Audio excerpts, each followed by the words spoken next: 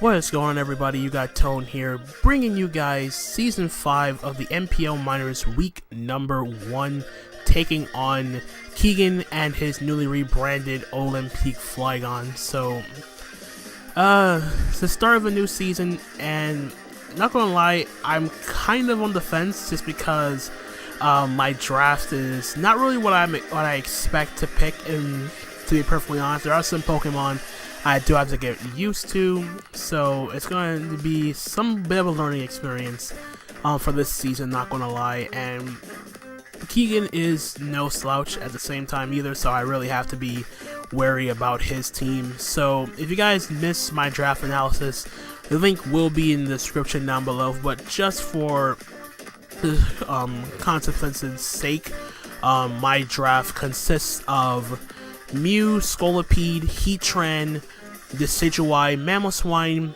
Primarina, Zoroark, Komao, Mega Manectric, and Hariyama, with my Z Crystal users, my Zmon users being Scolipede and Decidueye. And you see my opponent's team listed on the screen with the Zygarde 50%, Mega Pinsir, Entei, Skarmory, Gengar, Seismitoad, Florigis, Yanmega, Hitmontop, Diancie, Alolan Raichu, and the Bouffalant with his Zmon's users being Zygarde 50, Alolan Raichu, and Bouffalant. So, just from a matchup standpoint, like, there's a ton of Pokemon on Keegan's draft that absolutely just scares the crap out of me.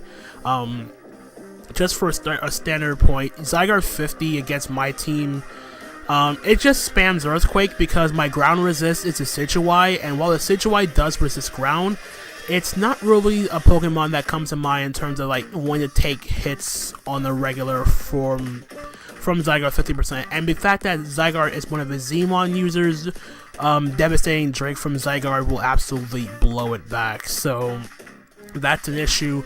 Mega Pinsir is also another issue, considering the fact that after a Swords Dance, the combination of Return, Quick Attack, and Earthquake can 2-KO my entire team. That's another thing to keep in mind. The main issue in the back is definitely the Yanmega. And to say that Yanmega is not a threat against my team is the biggest understatement I probably made during the entire battle, and you're probably going to see why what happens during the battle. Not saying that I didn't prep for Yanmega, in conjunction with what he has on the rest of his draft, considering he has Zygarde 50, Mega Pinsir, the Entei, the Bug Spam, not the Bug Spam, the Flying Spam, or Bug or Flying, if you want to put it that way, is very, very prominent. And then he has the support like the Skarmory, the Seismitoad, the Cleric support with Florigis. It's very, very problematic, and it's a big nuisance for my team. I do feel as though I built a pretty decent team to try to at least check, for the most part, of any combination of 6 Pokemon he wants to bring. If I'm going to be perfectly honest with you, though, I know for a fact Zygarde 50% is going to come. Mega Pinsir is a possibility. Same thing with Entei, while I do have a couple of fire resists on my team, being Primarina, Heatran with Flash Fire, and Komao. Entei could still be somewhat of a good threat. Skarmory, a bit hit or miss, just because I have a Mega Manectric and a Heatran and whatnot. Gengar is also a possibility. During the mock battle, I did face sub 3 attacks Gengar, which took advantage of my team's sort of passiveness, and I didn't want to deal with Gengar in the slightest. But I think the biggest, like I said, the biggest hindrance to my team is the fact that something like Yanmega, if it does get enough speed boosts, will become a huge problem for my team. Not saying that I didn't prep for it. I would go over my EV spreads and whatnot and the like. So with that being said, I'm just going to jump right into my team, what I built for this match. So the first Pokemon you see on the screen is the Decidueye with Roost, Haze, Toxic, and Spirit Shackle. I did not initially have this particular EV spread. I definitely wanted to bring a couple of different things. Like, I initially had Nasty Plot with Dual Stab with Shadow Ball and Energy Ball, but there were during the test and after looking over my team a bit, setup Zygarde 50% was a huge issue, and since this is my dedicated response to Zygarde, I wanted to make sure that Zygarde 50% couldn't set up for free and then just fire off +1 outrages or +1 devastating drink if he makes a Z user. He does bring it as a Z crystal user. Earthquake is very spammable against my team. Having priority with extreme speed is also very problematic. So I forewent the nasty plot route, went with this route just to make sure that setup Zygarde is kept in check. And then for the last few moves, I have Toxic here to wear down his bulkier stuff. Under Seismitoad, the Florigis, DNC, hit him on top to an extent.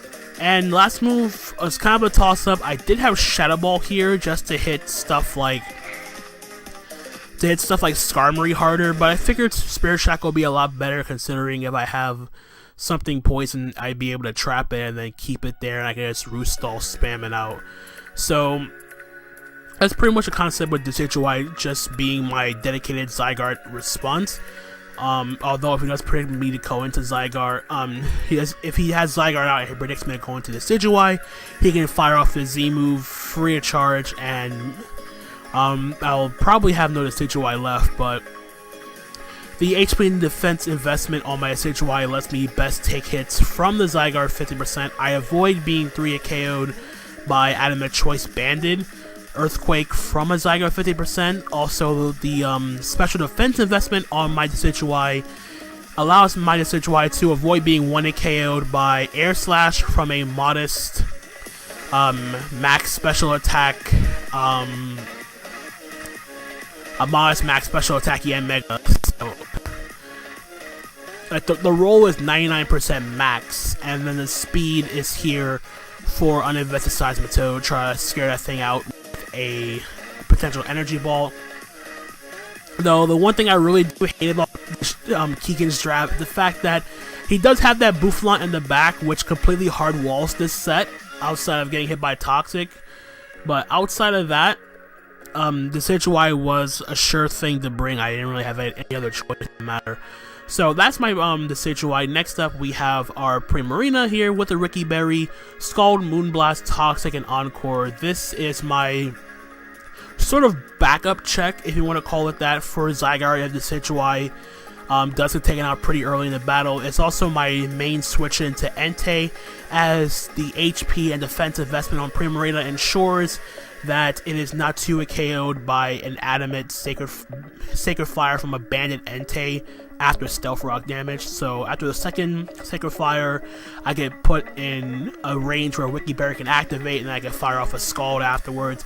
Toxic and Encore is just nice because I can wear on his bulkier stuff and then Encore them into unfavorable moves. I can probably catch the Florigis going for Wish, the Antsy if he wants to get rocks up or whatnot. But this is just my main response to Entei if he decides to bring it. And it's just a nice Pokemon to have in general, just for trying to spam Scalds. I don't really care too much for the Seismitoad, and as you're going to see by the rest of my team, I don't actually have any coverage for Seismitoad. Not saying that I don't think it's not a bring, but I didn't really feel it was necessary. I didn't think it was too necessary to dedicate a specific move slot just for Seismitoad. Like, Energy Ball would have been fine here, just in the off chance he does bring Seismitoad, and then I just want to have something to just fire off a huge Energy Ball with. But I think just the fact that I have the Decidueye can put him in the mindset that I have grass coverage on my Decidueye, so I don't think it would be too much of an issue in that regard. So yeah, that's my Primarina set. So moving on to the next Pokemon on our team, we have Manhattan, our Mega Magnetric here. Thunderbolt, Volt Switch, Hidden Power, Ice, and Toxic. It's a straightforward set. So this is my main way of getting momentum, my fast attacker, my check. I'll use the word check loosely in this regard. Stuff like Mega Pinsir, as I get off the Intimidate per Mega Evolution, and then I do believe I take an Earthquake from Mega Pinsir after Intimidate, and then I fire off a Thunderbolt or a Volt Switch. Hidden Power Ice for the Zygarde, and Toxic again for the bulkier stuff that Mega Magic struggles with. Mainly for the Florigis that can really much come in for free. I can Volt Switch on out and try to get into my Scolipede or my Heatran, and try to force the Florigis out with either Poison Jab or Flash Cannon I'll get into. So EV spreads, enough speed for his fastest non-scarf Pokemon being the Gengar, if I recall correctly. Yes, the Gengar. Modest 124 in special attack. It gives it 1 point more than Timid max speed. It hits 370 with my investment. Timid max speed. Mega Magnetric at level 100 hits 369 special attack, so it's pretty cool. And the rest of it's putting the HP to take hits a little bit better from the stuff, like I said, the Mega Pinsir and the like. So that's Mega Magnetric. Next Pokemon we have here is Vesuvius, our Heatran with Stealth Rock, Cannon, Flamethrower, Earth Power. So for the most part with the Heatran, this is pretty much going to be my dedicated switch into Yanmega. And the fact that I even have Heatran on my team does force him to bring Hidden Power Ground on the Yanmega, and that's pretty much what I'm expecting. If I see my Yanmega, I'm already expecting a set of Protect, Bug Buzz, Air Slash, and Hidden Power Ground. And that pretty much hits in my entire team super effectively. Like, there's no way around it. And another thing I could have did instead of Leftovers, I could have put Sugar Berry to mitigate the damage from Hidden Power Ground. But for the very least, Stealth Rock, it's nice to pressure his team. He has a lot of... His threats are very, very weak to rocks, so it's going to be I gotta make a priority to try to get up my rocks as soon as I possibly can. Dual Stab, Flash Cannon for the Florges and then the Yancy, Flamethrower. Obviously, it's there for the Yanmega, and Earth Power is for the Entei.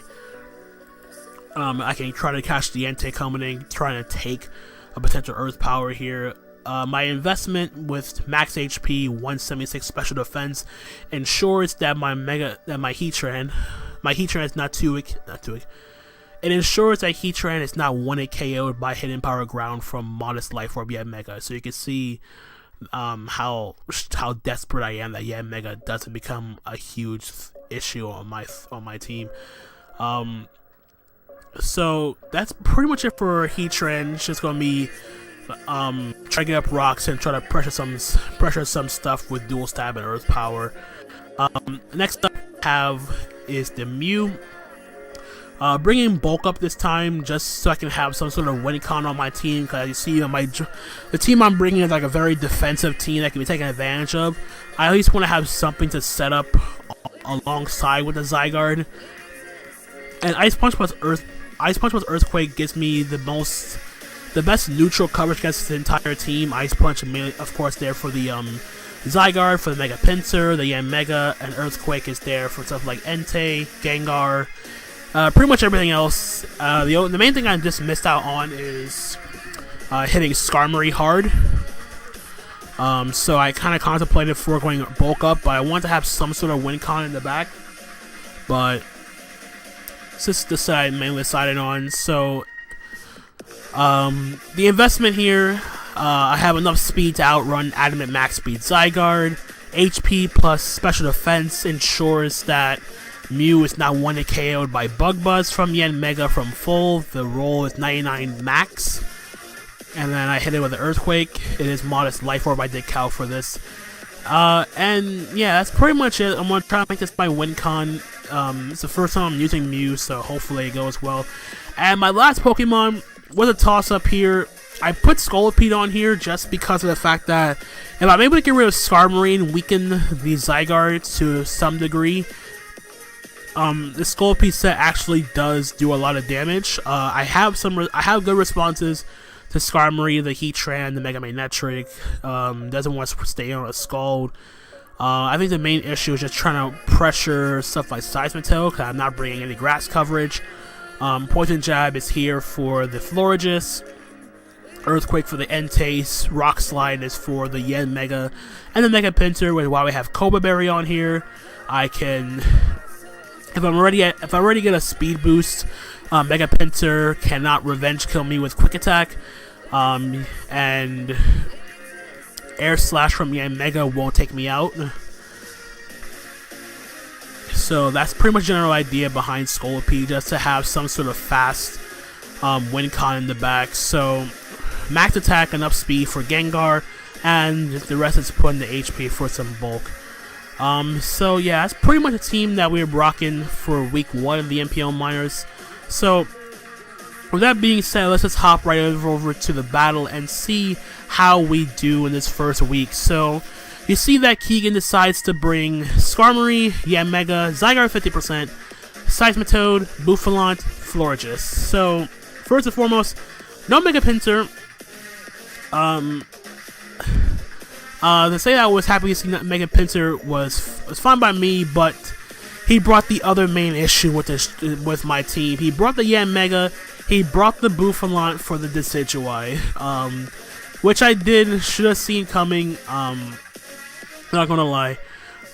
He didn't bring Entei, so Primarina's role is gonna be a little bit less useful, or so I thought.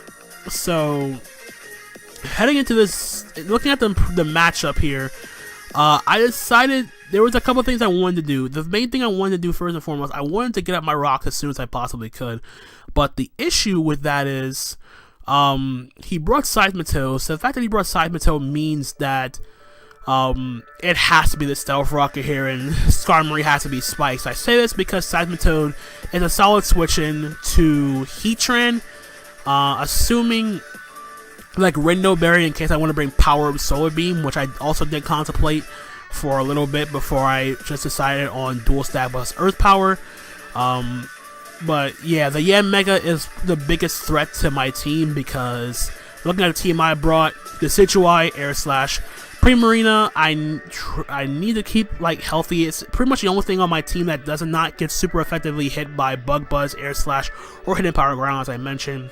Manectric, Hidden Power Ground, Heatran, Hidden Power Ground, Mew, Bug Buzz, Scolipede, Air Slash. So the threat of the Yanmega is definitely staring me directly in the face. So what I'm going to do here is, I was going to lead Heatran initially, but expecting him to lead off with Seismitoad, I decided to lead off with my Primarina, just because I wanted to counteract his lead with something that could pressure it out pretty well. So I'm going to lead with my Primarina here as we're going to start the battle here and see how things go. So I'll lead with Primarina here, he leads up with Seismitoad. So heading into turn 1 here, this was like very crucial because I contemplated this turn 1 so badly because, as you saw, I had Encore on my Primarina. I wanted to Encore the Seismitoad in the rock so badly, but on the off chance he didn't feel like getting up his rocks, I wanted to go for a Toxic. So what I do here is I go for Toxic instead of going for Encore, which will eventually come back to bite me here. I did the Toxic also, this thing is on a timer here. So now for my second mistake. So my second mistake here is not preserving my Primarina here, because as you're going to see here, he goes for a knockoff here, which he knocks out my Wiki Berry, which is very, very bad for me because I lost my only way of getting my health back. So now I'm going to stay in again as he goes for a Scald, trying to get some chip damage. He does get the burn on my Primarina. I'm just going to fire for another Moonblast. I got the special attack drop, which doesn't really matter at this point because my Primarina is getting weakened, and instead of switching out and preserve my Primarina, he's going to go for Earthquake. I'm going to finish off with another Moonblast. I didn't really have a middle ground play because he clicked Earthquake. Expecting me to switch out to something like this. My only real switch in at that point was a Decidueye because while I could take a Scald, I didn't want to risk it getting burned, and I wanted to keep my Decidueye as high health as possible for the Zygarde, which is a very, very bad decision because Primarina is now my main thing for the Yanmega, and I let the thing get weakened. So pretty much I fell directly into what Keegan wanted to do. And he gets a free switch into the Yanmega, and he gets to finish off with an Air Slash. So I stayed in on the off chance he didn't miss. He is Life Orb. He gets the Speed Boost. I'm going to go out into my Heatran here. And I'm going to go for Flamethrower, if I recall correctly, yeah. So here was my main mistake here. I had attack what was in front of me because I was already behind the back burner Because yeah, Mega is in. It's only taking Life Orb recoil. I should have expected him to protect here and went for my rocks, but I was really just wanted to force this Mega out for the most part. So I really wanted to get rid of it. So I click Flamethrower again here as he makes the hard read into his Bouffalant here, and by that damage, this is definitely an Assault Vest Bouffalant. And even worse, for this following turn, I try to preserve my Heatran, he goes for Pursuit. So now my Heatrans are definitely within range of Hidden Power Ground from the Mega as I go out into my Decidueye. I'm going to fire off a Toxic here as he goes for his Mega Horn. It's not going to do that much, so I'm now going to go for a Roost this turn if I recall correctly. And he's going to go back into his Mega, expecting me to go for the Roost. So now the Mega is back in again. I'm going to go hard into my Magnetric here, which I probably should not have done. And he goes for an Air Slash here, does 43%. I try to preserve my Magnetric for the Skarmory. He goes for a Protect here, I go for a Volt Switch here. So now this pretty much ensures that even if I get my Scolipede in, he's definitely going to be faster than me. Mega is going to click Bug Buzz, take out my Mega Magnetric. He's now at +3 speed. I go into my Heatran. I take the Stealth Rock damage. He goes for Hidden Power Ground, takes out my Heatran. So down goes my Heatran, and pretty much the wheels are just falling off at this point because this Mega is just going to come in and sweep my team and go into my Scolipede. He's going to click Air Slash. I eat my Cobra Berry, but that doesn't even matter because Mega is just too strong for my team. Down goes my Scolipede, and all I have left is my Decidueye, which is not Cobra Berry. So we're going to fire another Air Slash. Down goes my Decidueye, and my last Pokemon being Mew, and my Mew is not going to live. Funny enough, it was a roll, but the roll was in Keegan's favor anyway. Like, the mid-roll was 83 to 99% for the Bug Buzz, so yep, I lost 5-0, and I got 6-0 by Mega. There's no real way to, like, sugarcoat what happened here. I got absolutely destroyed. And it's pretty much my own fault because of the fact that a few things I did wrong. First thing was not getting on my Stealth Rock on the turn that Mega went for Protect. Turn 2, not trusting my gut turn 1 and clicking Encore on the Stealth Rock. I think the biggest one for me at least, was the fact that I did not bring Mamoswine. Mamoswine over Scolipede would have been a lot better just because of the fact that having priority, having no priority on a team with something like Mega, something like Zygarde, something like Mega Pinsir, that was my biggest mistake. The fact that having Mega on the field or in my team for this battle would have been so crucial to help avoid this, and at the very least, I would not have been 6-0 by Mega. But yeah, like I said, I'm still getting used to this team. I'm not going to make any excuses. I got destroyed, and there's nothing more to say about that. Not trying to be salty or anything. Keegan definitely played better than me. He prepped a lot better than I did. I felt my team was adequate, but I did at times question my place for Scolipede, because Scolipede only really dealt with Florges, and if Florges didn't have Hidden Power Ground, then I had Heatran to check it too. But yeah, I'm definitely regretting not putting Mamoswine on this team over Scolipede. But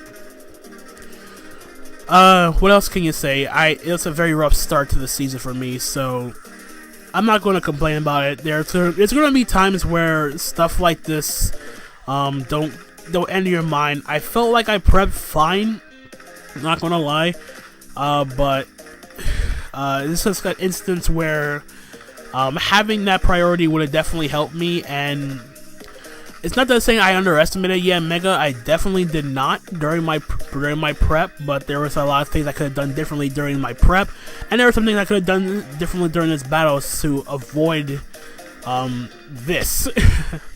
But nonetheless, it's a rough start to the season, not gonna lie.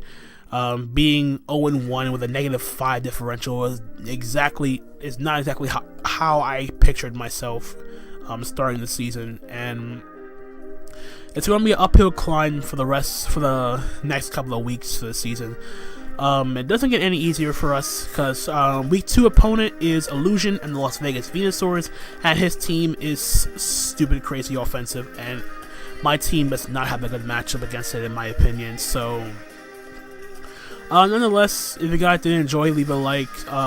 Check out Keegan's side of the battle. I know he's gonna have a lot to say about Mega destroying me and everybody else, but what can you do? You're gonna have those weeks where you think you prep for everything, but in the end it's kind of all for naught.